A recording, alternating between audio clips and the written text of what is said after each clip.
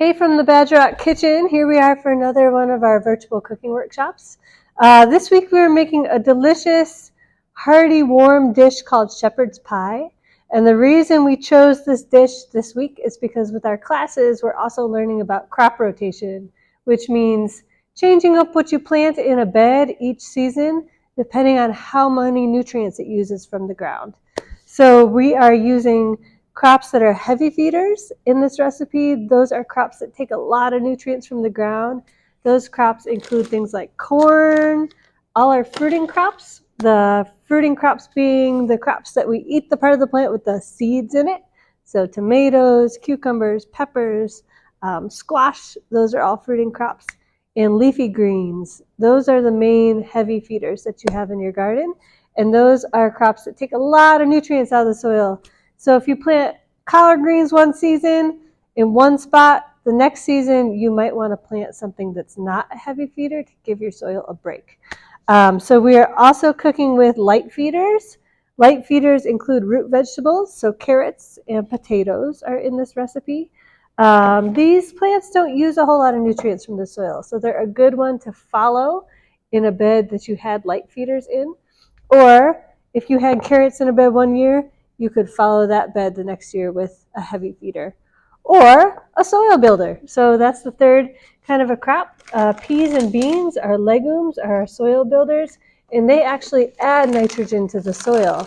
Nitrogen is one of the most important plant nutrients. And so if you plant a bed of peas or beans, you're actually adding nitrogen to the soil. So that'd be a great bed. A bed that was legumes one season, that'd be a great bed the next season to plant a heavy feeder because it should be all boosted up with the nutrients from those legumes. So that's why we chose this recipe one reason. The other reason is it's delicious. And so we are going to start out just with the mashed potatoes. So shepherd's pie is, you can use meat. If you are not a meat eater, you could sub out lentils is a good substitute that's got kind of a similar kind of a texture to meat that you could use instead. And what it is kind of a meat veggie stew with mashed potatoes on top. So we're going to start with the mashed potatoes. You want to start with about 1.5 pounds of potatoes. You just chop them up into cubes. I like to keep the skins on. If you are a person who likes your mashed potatoes without skins, feel free to take them off.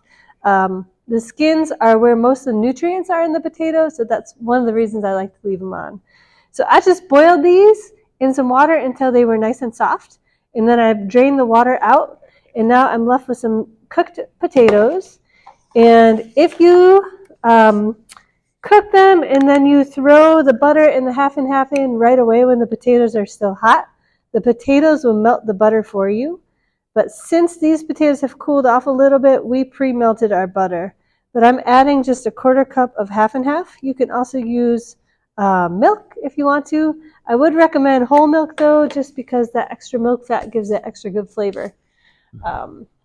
And for the butter, I'm adding about 4 tablespoons of butter. Like I said, if your potatoes are hot, you can just put the butter in and the potatoes will melt it for you. But I melted it ahead of time because our potatoes aren't super hot anymore. And then you're just going to mash them. Oh, and I forgot the salt. Don't forget the salt. About 1/2 teaspoon to 1 teaspoon of salt. I just use my palm of my hand. About yay much salt. Pop it in there. I know some of y'all are measurers and some are not. You can also just eyeball it. Is the other way to do a good mashed potato. So I'm just mashing them up with a potato masher until they're nice and smooth. And this is what's going to go on top of our shepherd's pie. Some people like to put an egg yolk in the potatoes for shepherd's pie just to give it a little extra backbone, so it's a little bit of a firmer kind of cap to your stew underneath. But I think it is just as good without an egg yolk. So there's my potatoes. Like I said, I like the skins, so we're just keeping those in there for this. But here we go. Quick as can be, mashed potatoes. Delicious. And what I'm going to do next, I already pre-cut up about a cup of onion, which is about the same as a medium onion. Just a yellow onion is what I used. And I peeled my carrots, and I'm just going to dice these up as we go. And also, you know, the more colors in your meal, the more nutrients there are in there too. So in this meal, we're going to have orange from the carrots. We're going to have green from the peas. We have yellow from the corn. We have our starches are usually kind of a beige. We have that. We have just about everything in here. The only thing we're missing really is some leafy greens. But you could throw some in here too if you want to throw some kale in your shepherd's pie. You sure could. You can put pretty much anything in here to your taste. If you don't have fresh carrots, you can use frozen carrots for this as well. Similar to how I'm using frozen peas and frozen corn. And peas and corn are also really easy to freeze if you grow them. During the growing season, once they're ready to harvest, just harvest them, pop them in the freezer, and you can use them all season long. So here's our carrots. We have onions. I'm putting in 2 cloves of garlic too. Get that going. Just dice it on up. One more carrot. And all this stuff we are going to saute together along with the beef.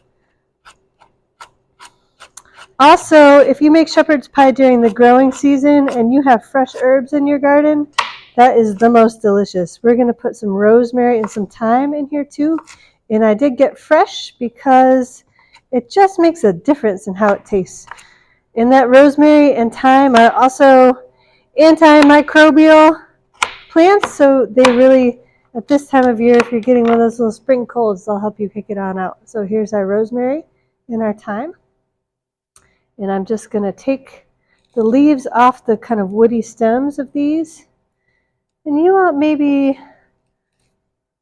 a teaspoon of each.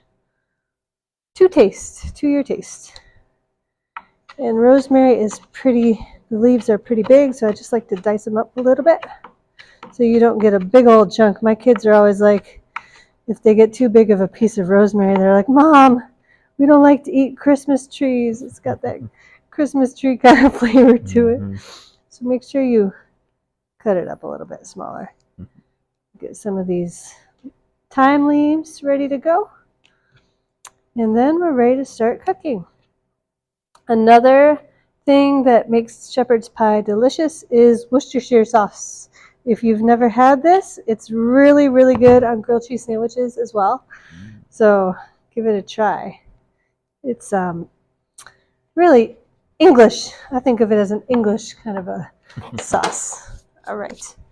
Great. So we're going to head on over to our stovetop.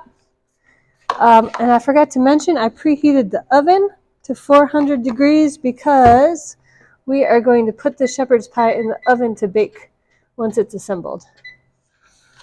All right. So I'm just going to get my onions going right away. And I'm going to grab the rest of my ingredients over here. If you have not experienced, oops, there go my peas. If you have not experienced, oh my goodness, don't open your pea bag like I did, y'all. You're going to end up with peas, cleaning up peas for days. What I was going to say is tomato paste. You know, when you buy cans of tomato paste and then you use a teaspoon and your tomato paste just languishes in your fridge until it's furry on top? Well, I've discovered tomato paste in a tube, which is amazing because you take what you want, you put it in your fridge, and you can just put the top on and reuse it over time. So highly recommend tomato paste in a tube. And I'm just going to get these onions cooking. You can honestly throw the meat in with your onions, or if you're using lentils instead, you can throw these in at that point too. I did make a little chicken broth on this back burner here too. So this is a cup of chicken broth that's going to go in there. Once the meat is cooked, we'll throw in the other veggies, the tomato paste, the Worcestershire sauce, and the chicken broth. And then we'll kind of simmer it. We're going to add a little flour in here too. Let me grab that flour.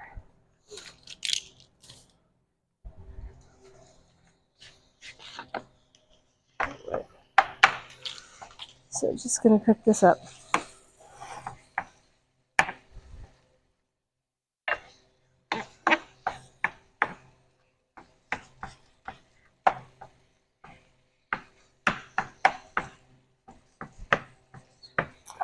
All right.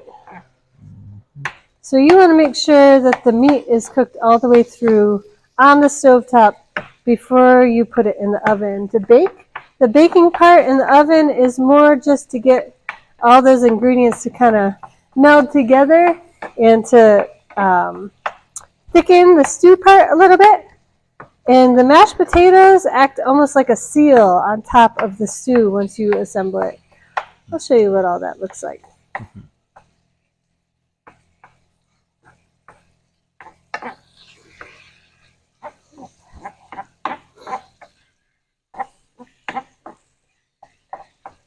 All right, starting to cook.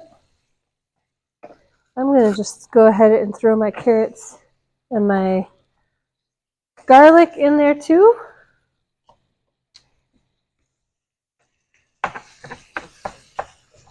And my thyme and my rosemary.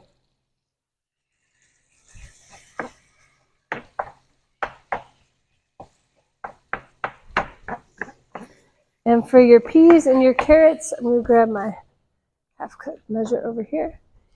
You want about a half a cup of each. If you have fresh corn, that's great too. You can just cut it right off the cob and pop it in there. And that is even more delicious than frozen corn. So we got our carrots. We have our peas. So right here we have our yellow is our heavy feeders, our green is our soil builders, our orange is our light feeders. There they all are, happily cooking together.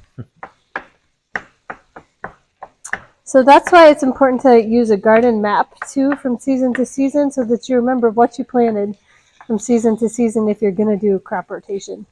If you're gardening in a really small space like a raised bed and you just don't have a lot of space to move things around from season to season, that's okay. Just add extra compost. That is another way to just add nutrients to your soil without using the crops to do it for you. And that works. That works as well. The best is if you can do a combination of crop rotation and some compost, which is what we do here at Badger Rock. And this week, 15th of April, is our cool season planting workshop. Our workshop's coming up April 19th. We have an in-person workshop this time around. So if you want to come and learn how to plant by seed and plant seedlings in the garden at this time of year, our cold hardy crops can start going in now. Come on by on Saturday the 19th at 11 a.m. right here at Badger Rock. Come to the back service parking lot and you'll see us over by the greenhouse, and we will have a little workshop on that. We also did a virtual workshop online. I'll be leading the in-person one. Forrest did an awesome one that you can catch if you check out the video that's already posted on the Badger Rock Neighborhood Center Facebook page, where you are also watching, most likely, this video. So we're going to start planting those cool season crops in our garden this week. And if you have cool season crops to plant in your garden, this is the time to start thinking about it. If you are a person who likes to wait and put everything in at once so that you can make sure you have space for all the things you love, that's okay too. You can hang tight until around May 10th, and that's the last frost day in Madison, usually. Watch the weather forecast too. That's the last date that it typically gets below freezing at night. And so after that, it's go time for all the crops. You can just go ahead and start getting them in the ground. There's no right way to grow plants, y'all. There's so many different ways. All right, this is getting close. And once this meat is all the way cooked through, that's when I'm going to add the broth. And that's also when I'm going to add the tomato paste, the Worcestershire sauce, and the flour. And the reason I'm going to add flour is to thicken up that sauce a little bit, so it's more like a stew than a soup once we add in the broth. All right, this beef looks pretty well cooked. You can tell it's cooked through when it's not pink anymore, when it's all browned all the way through. That's your hint that it's ready. Yep, looking good. Okay. All right, so I'm going to add 2 tablespoons of flour just to thicken it up. I'm going to add that 1 cup of broth that I just mentioned. And the tomato paste also thickens it up. Tomatoes are another heavy feeder if you're thinking about the ingredients in this dish in that way. All right. We're going to put 2 teaspoons of tomato paste in here. So there's the red part of your rainbow. The more of a rainbow you get, the more nutrients you have in there. And I'm going to add a teaspoon of Worcestershire sauce.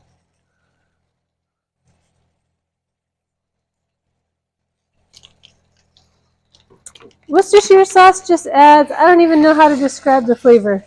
It adds a certain something something. Mm-hmm. Just put it that way. All right. Is that the proper way to say it too, Sarah? What was that? Is that the proper way to say it? Something something? No, Worcestershire. Worcestershire sauce?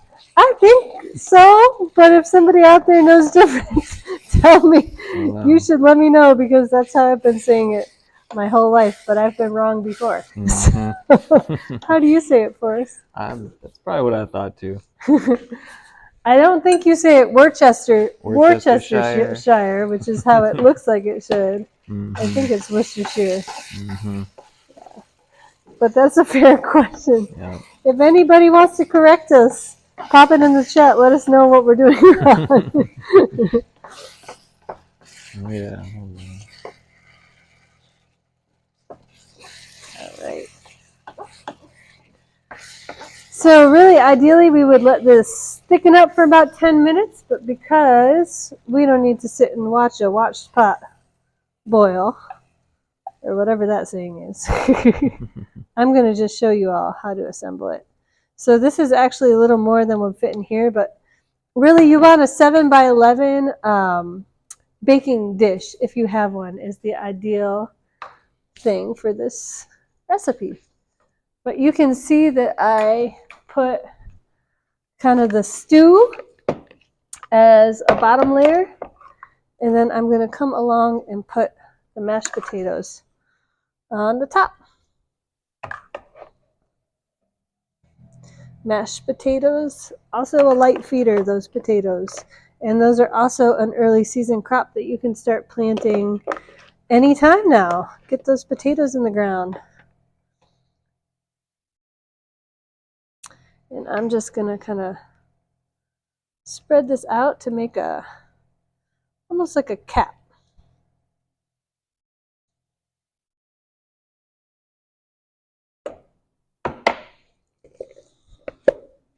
If your mashed potatoes are warm, they'll be easier to spread around too. Mm-hmm. So mine got a little on the chilly side.